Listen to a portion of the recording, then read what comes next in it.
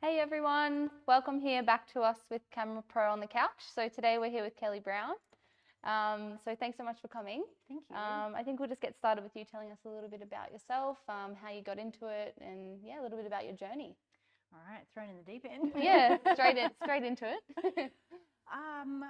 This is actually my 18th year now since picking up my camera. So I don't know, it's been a journey really when you think about it, and there's been a lot of changes throughout that time. I'm probably better known right now for baby photography and teaching baby photographers. But what a lot of people don't know is that I sort of started out photographing pretty much anything and everything. Yep. As you do, I did a lot of weddings, family portraits, things like that. I even photographed staircases for an architectural firm, anything. And it's sort of, I suppose, like most people who pick up a camera, you very quickly become addicted to it, and you find an outlet, for yourself. So I always loved that, being able to just walk out into the backyard when my kids were playing when they were little and take photos of pretty much anything. And then as they started to grow, I started to evolve within my business and have more time to dedicate to it. So that quickly grew. I've worked for some other photographers, getting experience, and yeah, I think it was probably 10, maybe 11 years ago, I decided to focus purely on baby photography. And it was at the time more of a business decision because they were hard work. They're very unpredictable. Totally. But I also wanted to free up my weekends and spend more time with my own family. So babies just made sense because parents were home during the week and I could work Monday to Friday, 9 to 5. Yeah, nice. So I became more organized, more structured, and started to work more for me. And at the time, I had been working for another photographer, and when I told him that that was what I was going to do, he said, yeah, good luck with that. Did he? Baby photography is a fad, and it won't last. So I very much enjoyed proving him wrong. Yeah, totally. And I mean, baby photography's been around forever, right? Yeah. There's baby photos going back centuries. Yeah. And, today with the amount of babies that are being born, everyone just wants to document that really special time. Yeah, exactly. So it just made sense. Yeah, cool. And so you went through kind of like your significant changes in your career.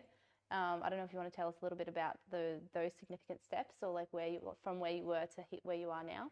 Yeah, I mean, today it's very different to what it was 10 years ago. Yeah. I do a lot of educating now, which is amazing. I also own a large commercial studio here in Brisbane, and I have a dedicated area, like a purpose-built film studio. So we hire that out, and it's sort of, I think, throughout anyone's career, you have those turning points, and then I think when you get to a certain age and your children get older, you're like, I can't do this forever. So what am I going to do in the future, and how am I going to best plan to sort of start taking a little bit of, the weight off me, I suppose, in terms of the workload. So now we have 3 studio spaces that we hire out on a weekly basis, and it's been really amazing, actually. We have music videos, commercials, food shoots, everything filmed in there. Yeah, cool.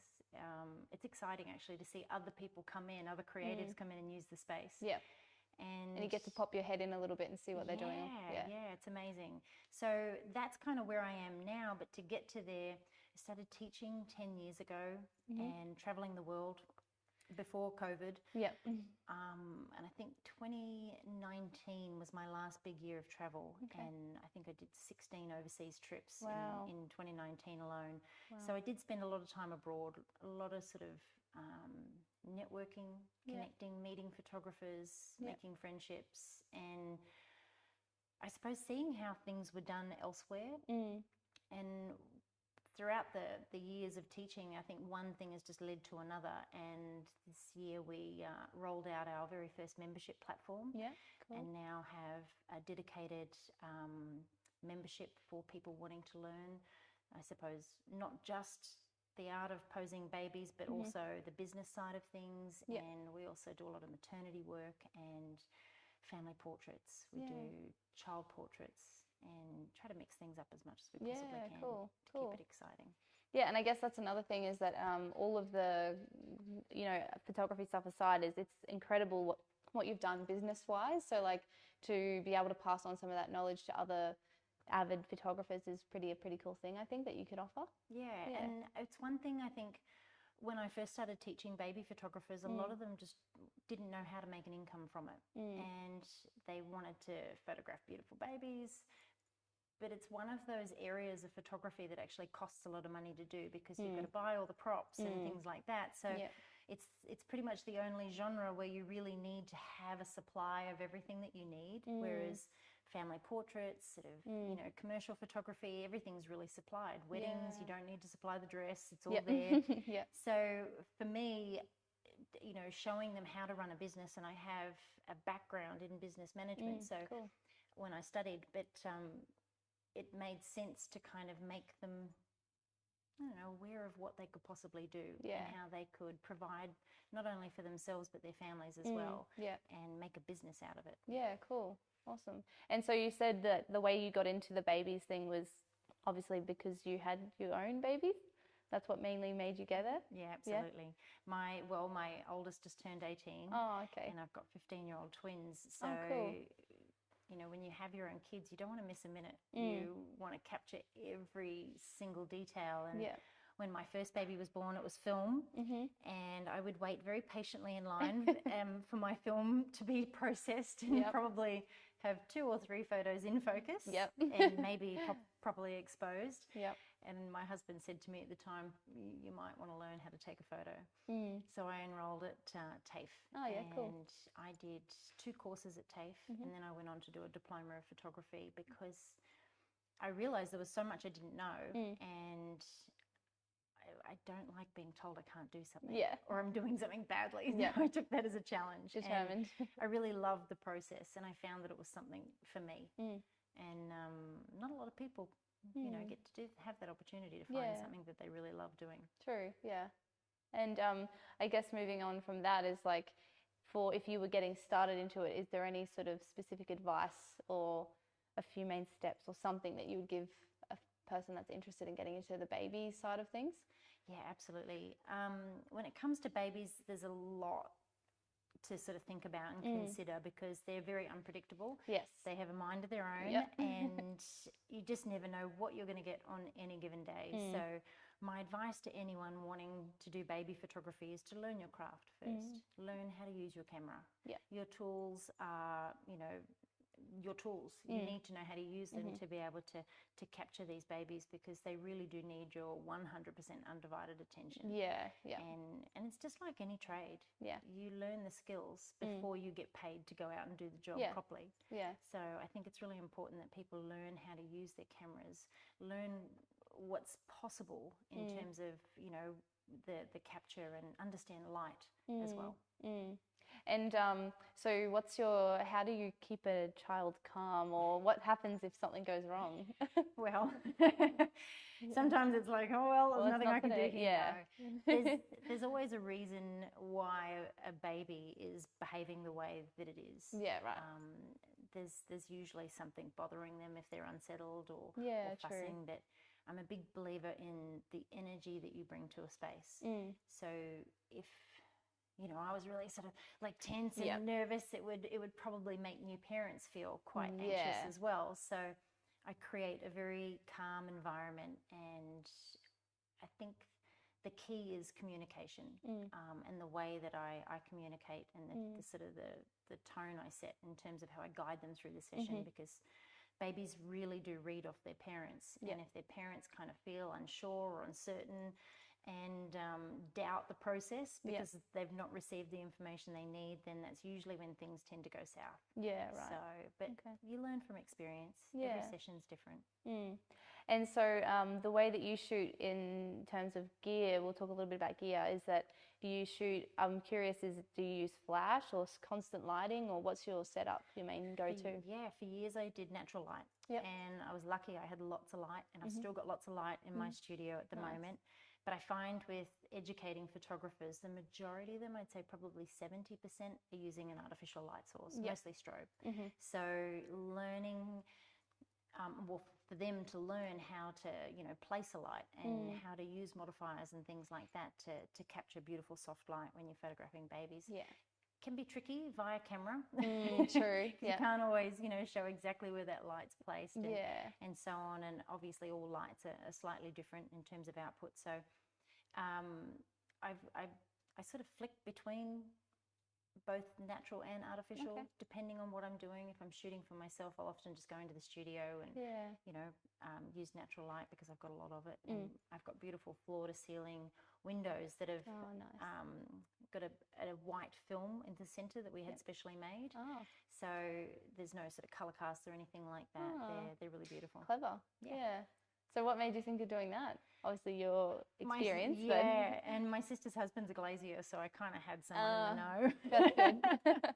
Makes it easy. It does. And I guess, do you ever go any, like, back, so obviously you do a lot of teaching now, but you're obviously still doing shoots for a lot of people, or what's your... I have a lot of returning clients that I like to sort of keep coming back, and you build a really amazing relationship with them.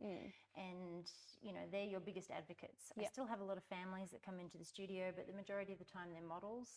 So I'm still working the same way I would. But they're always really excited to be a part of the process and see how I teach, I suppose. But, you know, for so many years, I think when I first started out with babies, I would travel to client homes. It was very unpredictable in terms of lighting and environment. And I spent 4 years doing that. So it was hard, you know, packing everything up in my car, unloading it, setting up, and packing everything back up again. And then when I got my own studio, I was able to, you know, really sort of focus on creating that experience for my clients. And I barely advertised. So I think it was just offering something that was different and unique at the time, which allowed me to get my name out there. And then when I started teaching, it was just a couple of people that said, "Oh, I'd love you to teach me how to do that." And then it just went from there and grew, which was pretty amazing. Yeah, cool. And so do you ever still go out anywhere and do shooting, or did you say, or you still... The majority of what I do is in the studio. Occasionally we'll do some outside work, but if I'm going outside, usually it's for my own personal benefit. Oh, nice. But I'm getting on a bit, so the ability to chase small children in large open spaces is probably not the best for me. Hard. Fair enough. And also, like, on that is terms of props. You were talking about, obviously when you're starting out, you need to get all of your props and buy everything, which can be quite costly. Do you have, where did you sort of start out with that kind of thing? I'm actually quite tight when it comes to buying things. I'm a bit, what's the word? Stingy. But yeah, I'm not a big spender. I don't believe in it. So I would prefer to use my own creativity to be able to find different ways on how to use things. I found a metal bucket on the side of the road, curbside pickup. Cool. Gotta love it. And I had a bean bag at home, so I turned it upside down, used that to put babies on with blankets, and I kind of raided just my cupboards when I first started doing it. I tried to make a few of my own headbands and hats. Miserable fail. Have to give it a go. And then I conned my mum into knitting and sewing a few things. So she's actually been able to make a little side hustle off of it, which is great. So she sells a few things online, which is good.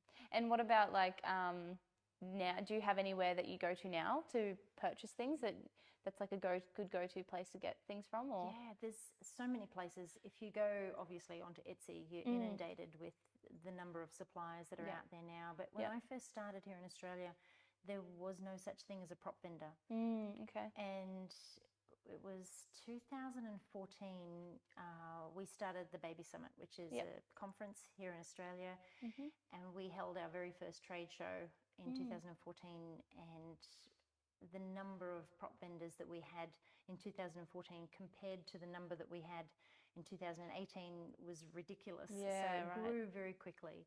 We ended up taking it to Atlanta, and I think we had over 50 stalls, prop vendors. Awesome. And I never forget the day in Atlanta, because it was a 3-day conference. The day the trade show opened, I wasn't actually in the trade show. I was in the next room over, getting ready for our first speaker to come on stage. Yep.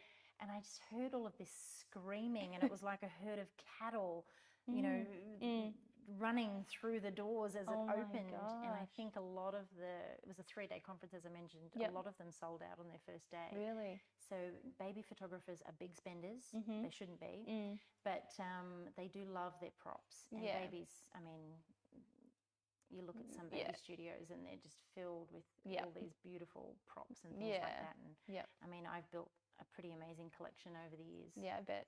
So yeah.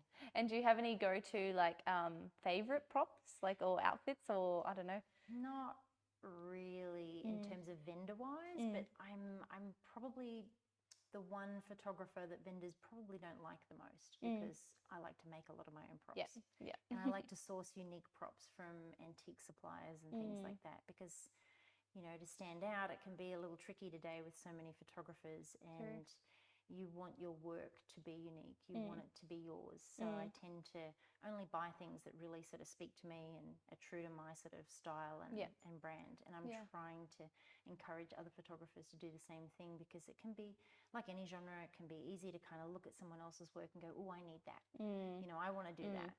And they go and buy then the same prop. Yeah. But what happens is all their work tends to look the same. Yeah. And we're not all the same. We're all so different. Yeah. And we all see so differently. Totally. And I think that, you know, when you're true to yourself and you find what it is that you really love. Yeah. Give it your own unique touch, and that's what makes it anyway. Stand out. Yeah, true. That's cool. And I guess in terms of gear, so I know you're a Canon master. That's pretty cool. What Canon gear do you use? Do you shoot with Canons and Yes, stuff? Yep. absolutely. Yep. I'd be in trouble if I said no. Yep. No, I've actually always shot with Canon, and I've kept every single camera. So I think I have about 12 of them. Cool. And right from my film camera up to the R5, which I currently use now, and I absolutely love it. Yeah. I went from because I've had all the the 5s and 5Ds, and so I went, you know, from 5D to 5D Mark II, right up to the Mark IV. I had the 5DS, and I loved my 5DS. So then when the R5 came out, I was like, oh, I was one of the first. I was very, very lucky to get to try it, test it. I had to give it back after a few days, but I was literally hooked. Yeah. And because it's not just babies that I photograph, I do, you know, older babies that might be crawling, or toddlers that are in the studio. So the minute I got to see how it tracked, it's pretty incredible. Yeah. Amazing. And then I shoot with the 28 to 70 RF lens. Nice. Yeah. Beautiful. Yeah. And I've always, prior to that, always shot with a 24 to 70. So it's a really good lens. And you find that gives you a bit more versatile, like, with the zoom. Yeah. Absolutely. So the majority of the time I'm shooting at the longest focal length at 70 mil. Yep. And then if I need to, if I'm photographing a prop or something like that, and I've got to stand above the baby to get the whole thing in, I'll zoom out. So it's really good in those situations. Cool. And so I know you brought along some photos to show us. I don't know if we want to go through any of those, if you want to have a look. I feel like I've been talking a lot, Shannon. That's what you're here for. They're here to listen to you talk, so.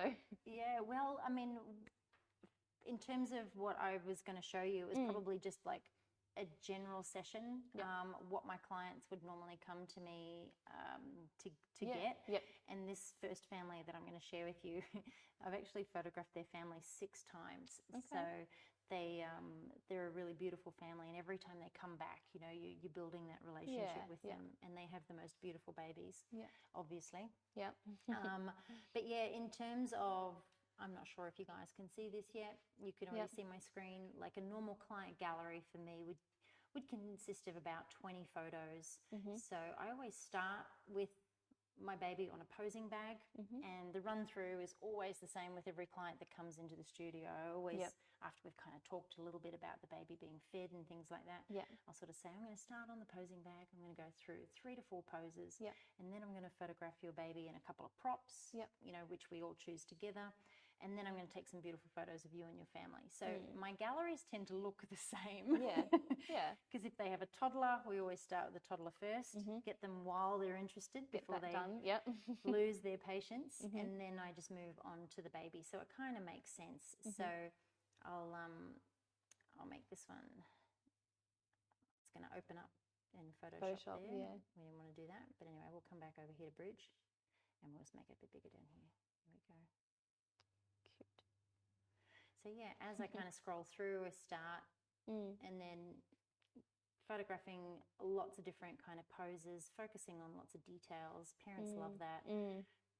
But I'm always really focused on capturing the baby as opposed to, you know, overdressing the scene with lots of different accessories and things like that. Yeah, true. And when we go through the conversations around what we're going to use, they usually tell me what they want, and I let them pick all the little hats. I let them pick headbands if it's a baby girl. Yeah. So that way they're a part of the process. Yeah. And I'm creating photographs with things they've chosen, Yeah. as opposed to them just sort of sitting back and watching me, because people are really polite. Yeah, true. They're not yeah. going to tell me if they don't like something. Yeah. So yeah. getting them involved is always something I've loved to do, because, like I said, it gives them a little bit of ownership. Yeah. And they really love the helps process. build the rapport as well. Then it makes them more comfortable. And that's their baby. And they're seeing a stranger handle their baby for the first time. Well, not in this instance, because I know this family, but you know, if it was a new family, that they, you know, they don't know that person. And they really do just want to focus on making sure that their baby is safe at all times. For sure, yeah. And comfortable. And so in terms of your editing style or technique, how extensive is it? What's your process with that? Yeah, it's pretty much, I'm a big believer in getting it right in camera. Yep. So we do a lot of education around exposure and, you know, how to use light to create mood and things like that. So these are pretty much, you know, a little bit of skin retouching, evening out tone, and that's really about it. Adding a little bit of contrast and sharpening it. So yeah, they're pretty much that's good. How they're kind of captured, which is what I love. But I do love special sort of moments that, you know, families can relate to, that are more about them than me. Okay. Yeah, cool. And so in terms of, I know you've spoke a little bit about props and stuff, but in terms of backgrounds, like what's your kind of go-to, or how do you decide on backgrounds and what do you use? I love texture. Yep. We have a lot of canvas backdrops at our studio. I have a lot of backdrops that have been supplied to me by American supplier, Intuition Backgrounds. I love her backgrounds. Okay. But the majority of the time I hand paint my own, which is cool. just a little bit of fun. So I've got, I think, 6 of my own, and they're 5 meters by 3 meters. So they hang, and we do all the family portraits on those. Yep. And that just is another way, I suppose, of making my, you know, the photos that I put out there into the world look a little different to everything else. True. Yeah. And it's nice to know you've had a little hand in that too. Yeah. Gives me creative outlet. Yeah. And you said so you're using strobes mainly for all of your shots? Majority of the time. Yep. And what kind of modifiers do you use then? We use, at the moment, I'm shooting with Broncolor, and I have a large 150 octo box. Oh, cool. So yeah, just nice and soft light. Beautiful. Yeah. Cool. And so talking back more maybe about like the business side of things, you've launched your subscription service, and how you're doing like tutorials every week. Is there any sort of challenges you've come up against with that?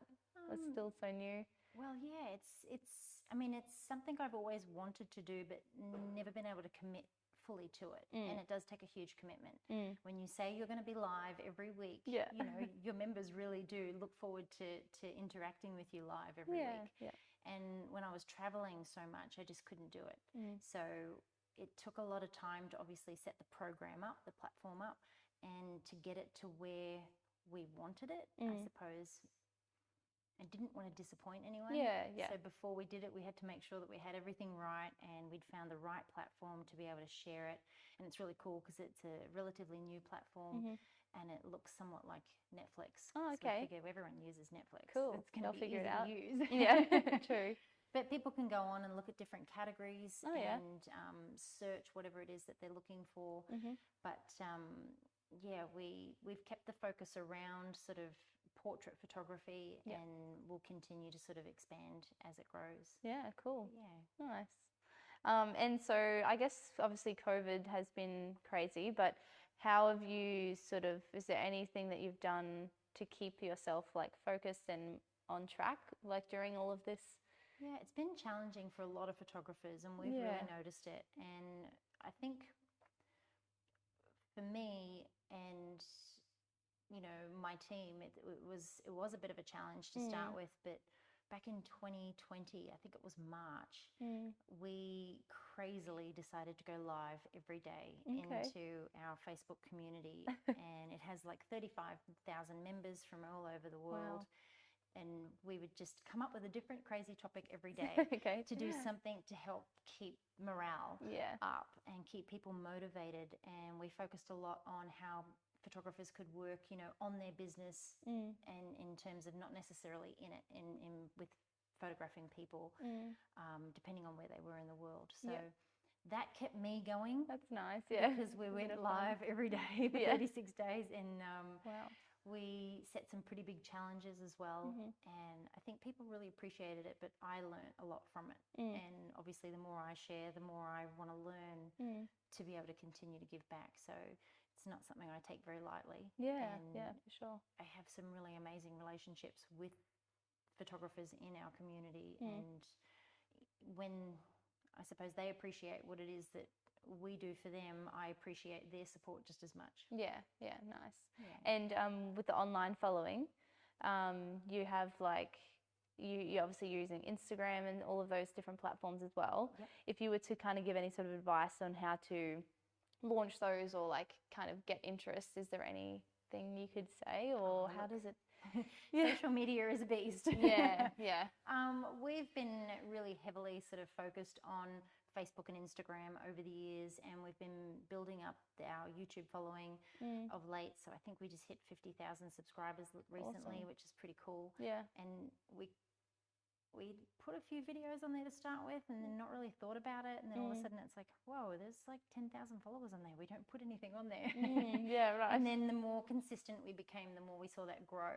And that's like any social media platform, the key is consistency. So you have to be present, and if you're not interacting and showing content that's of interest to your following, then it's the algorithm isn't going to favor you. So it's like a website. If your website isn't full of useful information that Google thinks that people are searching for need, then it's not going to show it to anyone. So it's all about being consistent and continually updating and refreshing your look, updating your brand, making sure all your your information is correct. How do people contact you? It's amazing how many Facebook pages don't have contact details on them, or website links and things like that. So, for anyone that's watching, please make sure you update all of those. When you want people to find you, they need to be able to do it really easy. Totally. But we use Facebook and Instagram a lot. We've got multiple different pages and sort of go between the different ones to share information and things like that.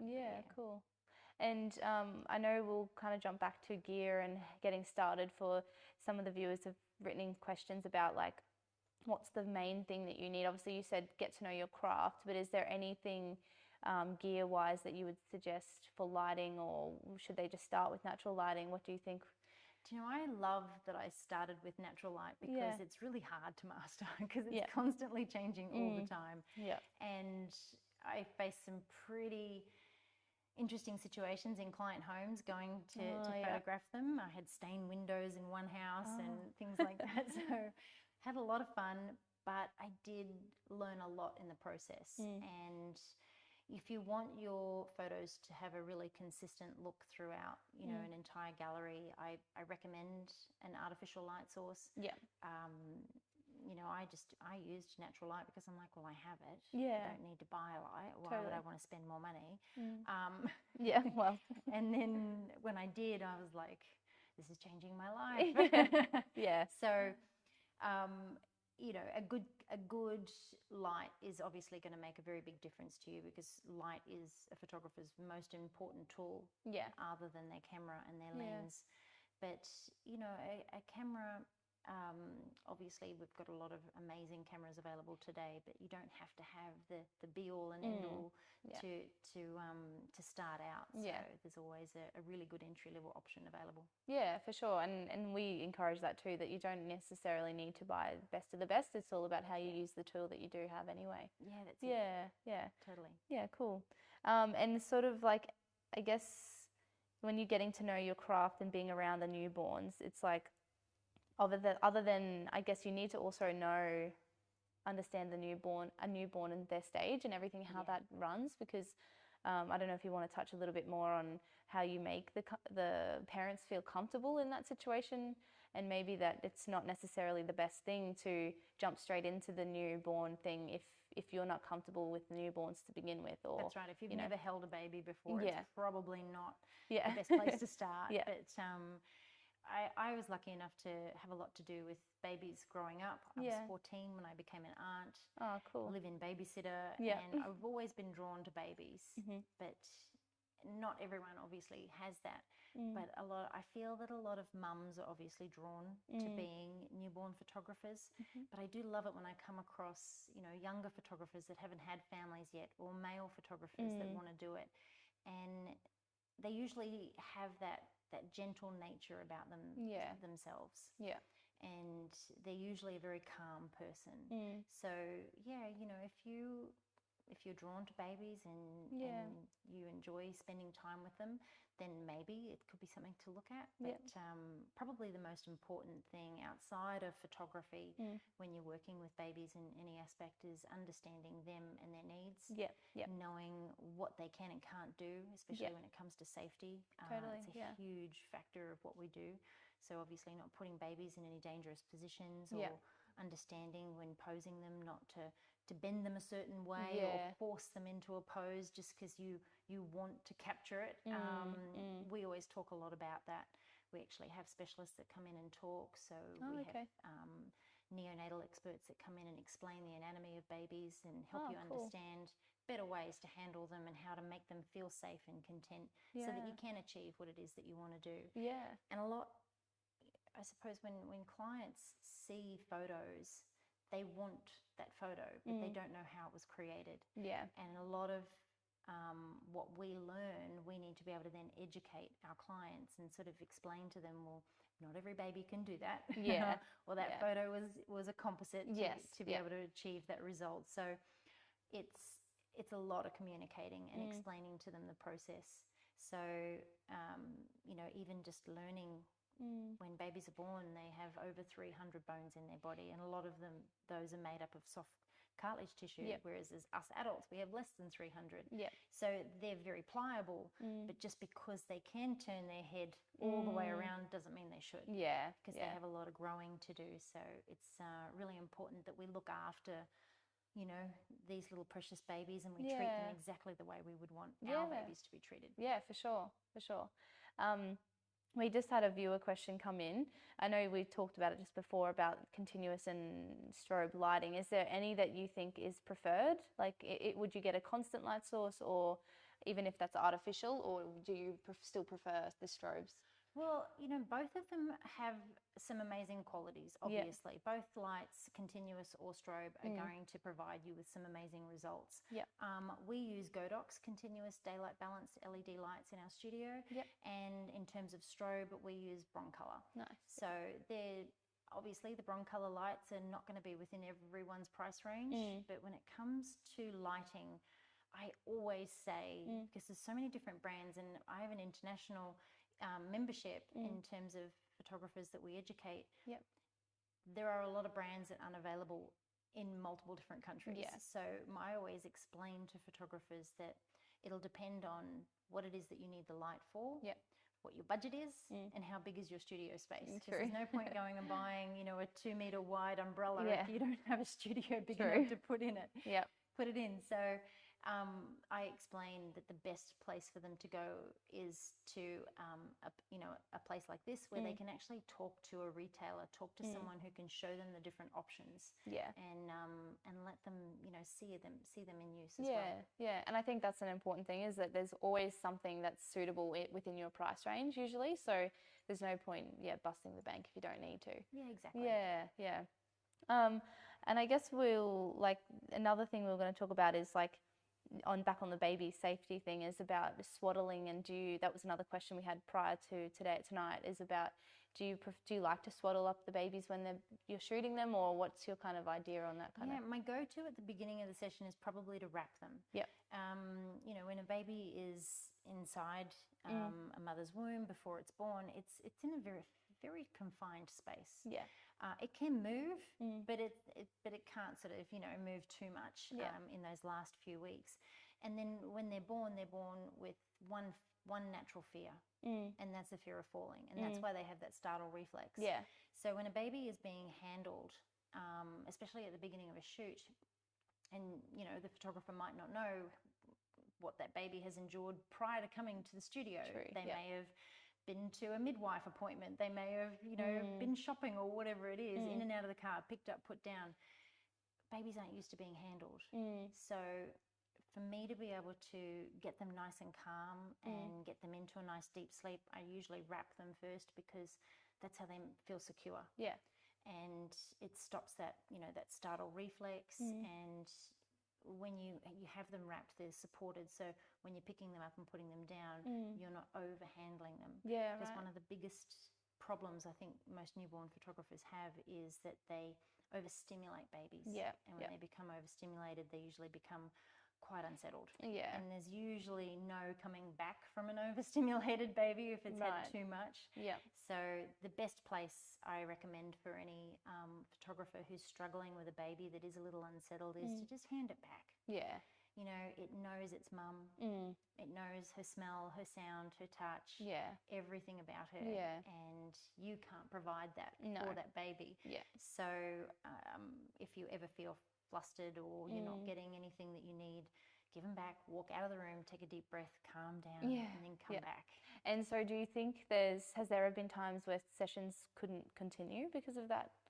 Yeah, a lot of photographers face that situation. I've had one in the past, and it was really quite strange because I'd never experienced anything like it before, but I was at the client home, so this is going back many, many moons, and I had the baby on the posing bag, and there was a 2-year-old.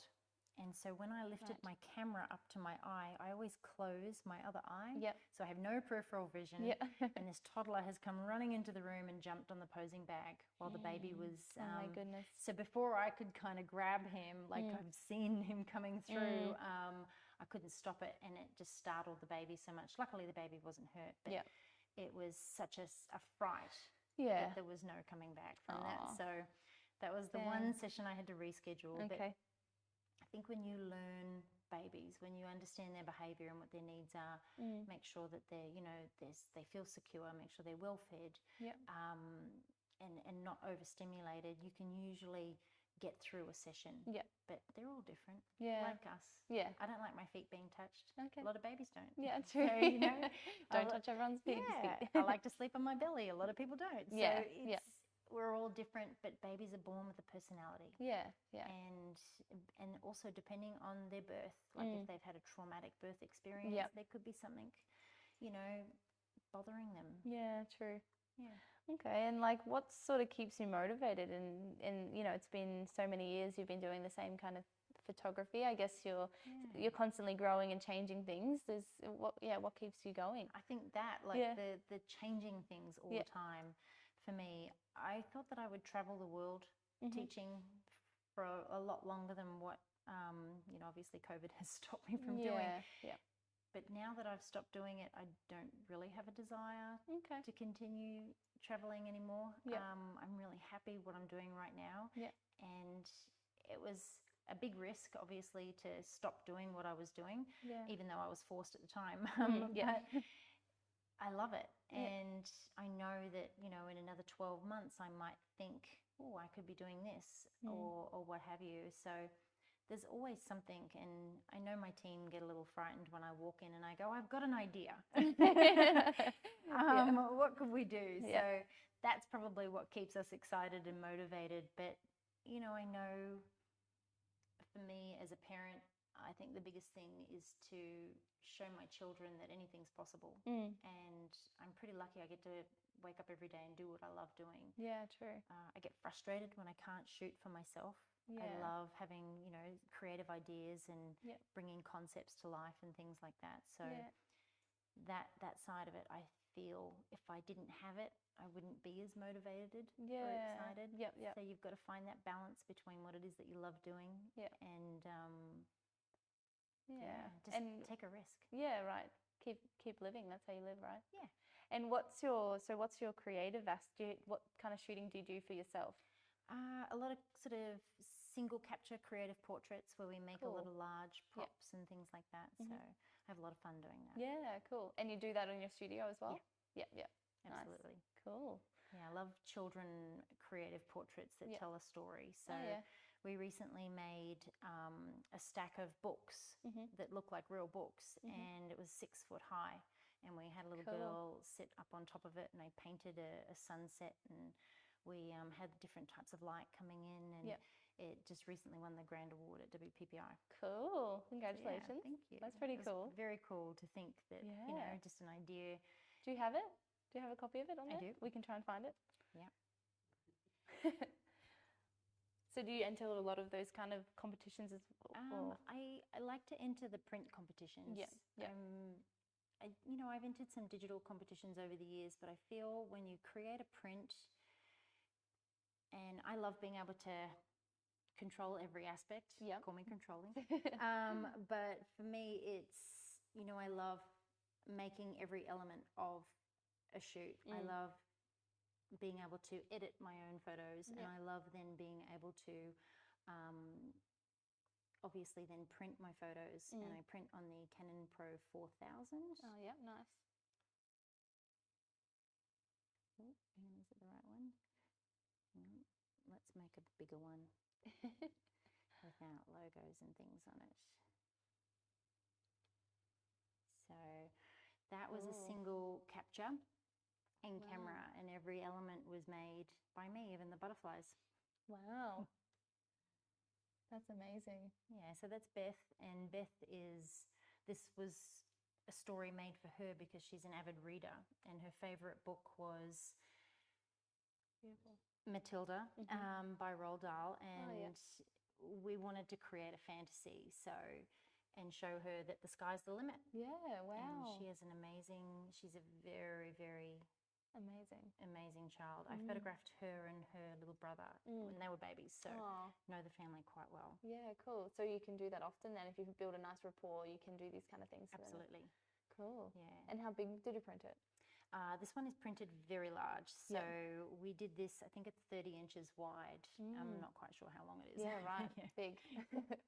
So what's the moon? That's actually like a moon toy, a light. Yes. So I found it in Big W. Okay. And then what I did was I put an LED flex light in behind it and had it up on a stand in the background, and then had another light, an LED continuous light coming in sort of just beside the moon to add a little bit more light to her. Then we had large reflectors coming in over this way to kind of fill, and then in behind the books, which were all nailed together. They're made out of polystyrene and sheets of ply. So the structure, because she's actually sitting on top of it, had to be very sturdy, very well put together. Yep. So the nail gun came in handy. And then in behind it we had another LED continuous light with a red gel, like a nice red gel to make it nice and warm, and then a smoke machine. Cool. So yeah, that would have. And then the backdrop is the hand painted one I did of a sunset. That's awesome. And it's so cool, like looking from, obviously I'm looking at it as a complete piece, but you're also looking at it as all these little elements that you've put together. I think it's pretty cool. And I think that is what keeps me excited when we talk about doing personal projects and things like that. Like this is what keeps me inspired to keep creating and see what the limit is, really.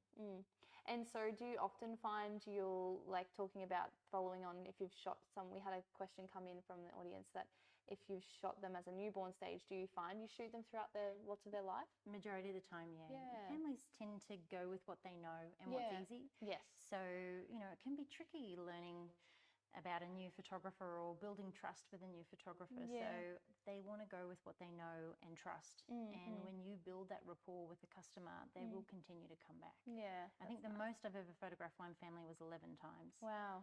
So Cool. I did their engagement session, their wedding, and then sort of followed them throughout the birth of all their children, That's which was amazing. really cool. Yeah. But yeah, it makes you feel like you're doing the right thing.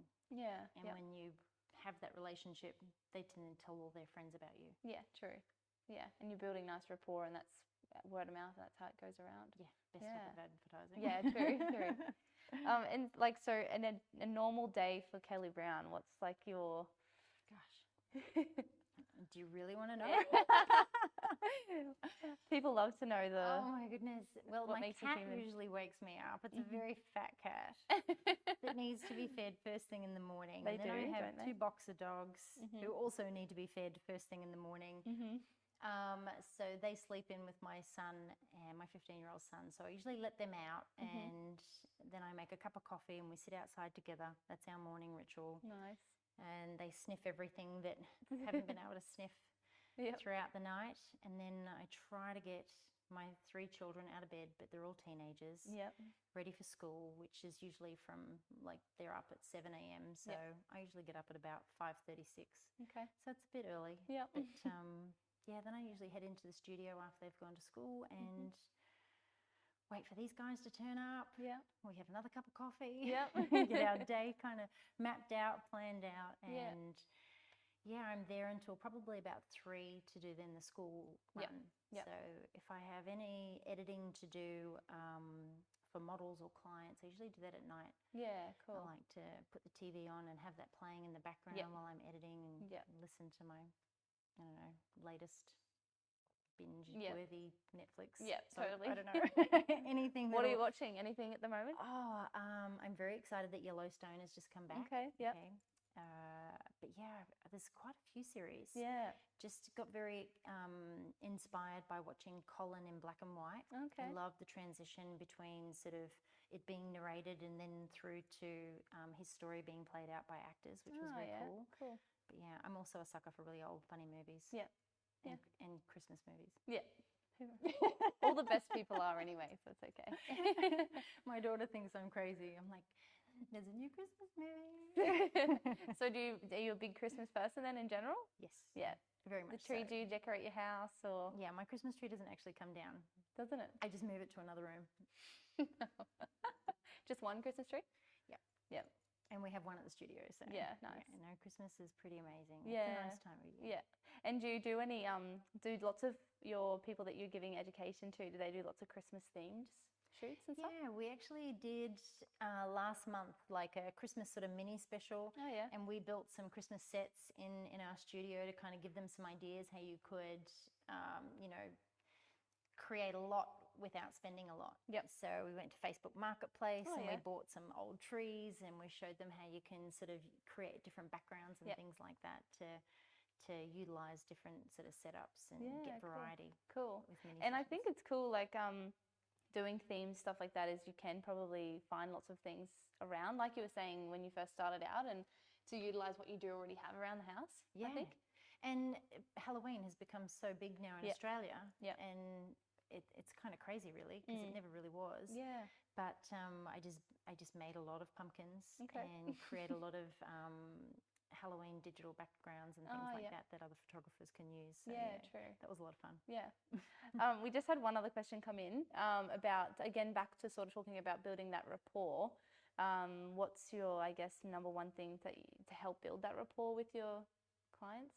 I think it's just be real, be genuine. Yeah. You know, when you are very focused on your own values as to why you are a photographer, why you're offering a product and service to your clients, when they can see that and they can connect with that and, you know, your values align between you and them, that's when you can really start to, you know, build that client relationship, which is really important. But, you know, it's about connecting with them. So it's getting to know them.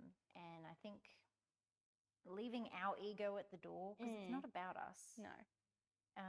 They're coming and hiring us for a product and a service, and we are the photographer that needs to deliver it. But it's not about feeding our ego. No. It's about creating something that, you know, they're going to love obviously today, but in generations to come, they're going to cherish it. Like the value of what it is that we create today in the future is phenomenal. And I think when we really connect with that and we share how much we value what it is that we do, then our clients can connect with that as well. Yeah. But obviously there's lots of different clients out there, and some just want those cute pictures right now and don't really care what it takes. And then there are others that really do value what it is that we create. Yeah, true.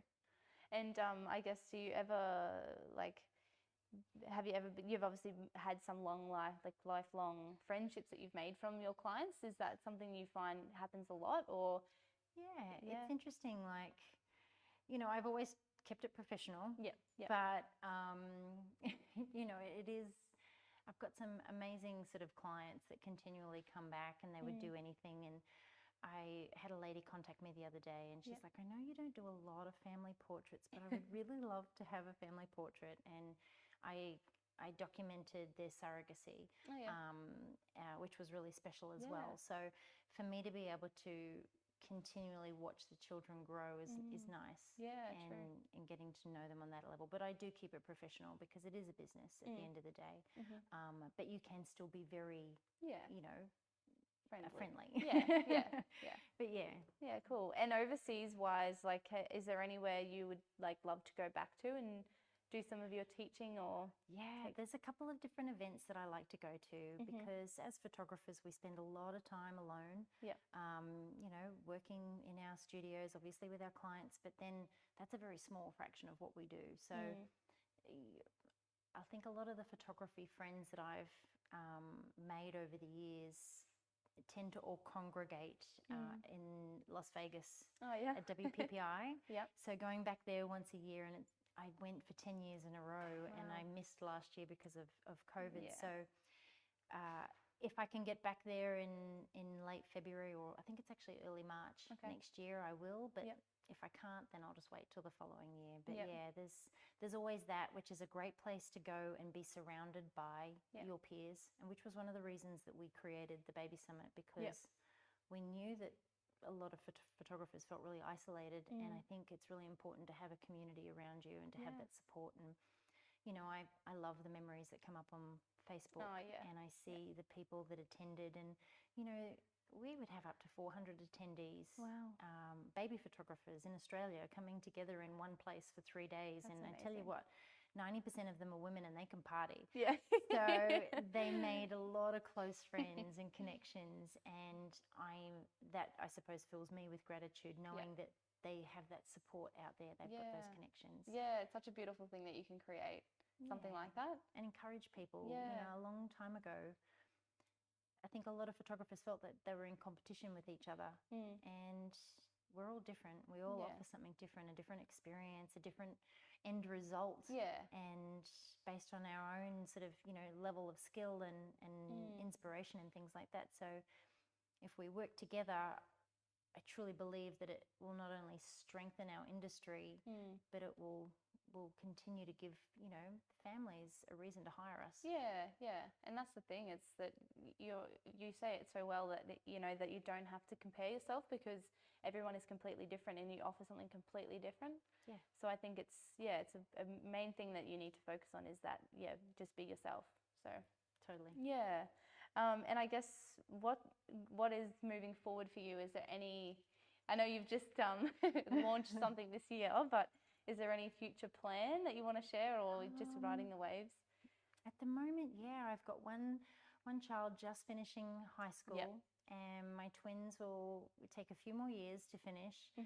So I think I'm just really happy with where I'm at right now. Like we have, like I said, Spine Street Studios, our studio is an amazing space. It's a warehouse, but the one large studio that we hire out only takes up a third of the warehouse. So we have 2 other bays that are ready to be developed when I can afford it. So fingers crossed, you know, next year everything starts to get back to some, I don't know what the new normal will look like moving forward, but you know, we can continue to work in the space and continue to welcome photographers and filmmakers, videographers back to our studio. So yeah, I've got some big dreams for the space. But yeah, we'll just see how that goes. Yeah, cool. I think a lot will ride on what's happening. Yeah. Fair enough. Yeah. But in terms of my Kelly Brown Online membership, that's something that, you know, I'm really excited to continue working and growing. It's not going anywhere anytime soon. It's super awesome to see how that's working and like to see what it can become. I think it's pretty cool, pretty exciting. And every day I obviously get to see, you know, photographers sharing their results and how far they've come. And I love it when they show like a photo that they took when they first started out and then you know, a recent photo, and you can really see that comparison. Because as you said, you know, we're not comparing ourselves to each other. We're only as good as our last shot. So it's really amazing to see that. But also, they're not just trying to get acknowledgement from me, they're getting support and acknowledgement from a community of photographers just like them.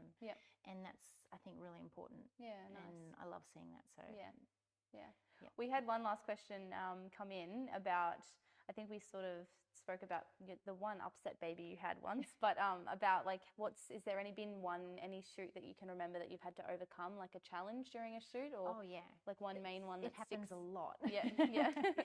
And that's the thing, like often if I'm teaching and I have a model come in, it's a little different to a paid client shoot. So if I have a model come in and I'm trying to film content for a specific tutorial and that baby just isn't having a bar of it, I will often look at Garrett, who's behind my cameras, and go, it's not happening.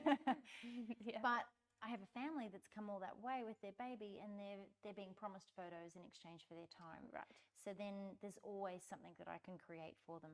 But in an instance where it's a paying client, then that's just part of me explaining the process to them. So if I find that, you know, I've got a baby that's wide awake, then I'll photograph it wide awake. If it's content, I'll just make sure its little arms are kind of, you know, nice and secure, and try to capture as many expressions as I possibly can. But if I have a baby that's hungry, that's upset, has a tummy ache or anything like that, it's that learning newborn behavior and what to sort of look out for in terms of characteristics. So if they've got jerking arms or legs or things like that, they've usually got a pain. So that might just mean that they need to sit upright for a little while. Often you'll have a baby too that doesn't like to get put down. So you might just need to go straight into parent photos so that baby can be cuddled. So it's often being baby-led and explaining to parents, you know, I do like to start on my posing bag and go through a series of blah, blah, blah, as I mentioned before, and I give them that run through. So I guide them through the process. But I also explain to them that if at any point during the session your baby becomes unsettled, I allow plenty of time for feeding and cuddles, and we're going to go with whatever they're happy and comfortable with.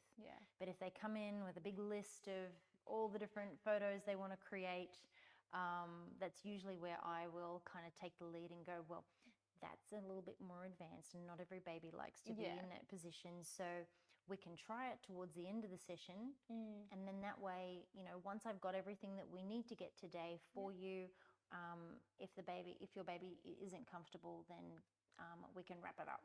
So see how it goes. That's it. And I guess that's good. You have to really be flexible and know like you said, know your craft, be comfortable with the babies, just know your basic things to go with, or it can And photographers just need to be patient. You know, you can't learn everything in a day. And you learn through experience. I mean, I can talk and teach, but you really do learn from experience. And I'm still learning. We learn every day. I don't think we ever stop. All right. Well, I think we've come to the end of our time. Thanks so much. You've been amazing, sharing all of your insights. No, this is fun. Thanks. So just before we wrap up, guys, I'll let you know we have next on the couch with Stephen Finkel and Jules Ingle. And so they are the community managers of Canon Collective. So they'll be coming here on the 23rd of November. So we'll send out the link. But yes, tune in for that. And yeah, all good. Thanks again, Kelly, for coming in. It's been great. Oh, thank you for having me. Awesome. I love sharing. I love talking, as you can tell. But check out all Kelly Brown's online and all of those things. It's really awesome. Okay, great. Thanks, guys. We'll see you next time. Bye.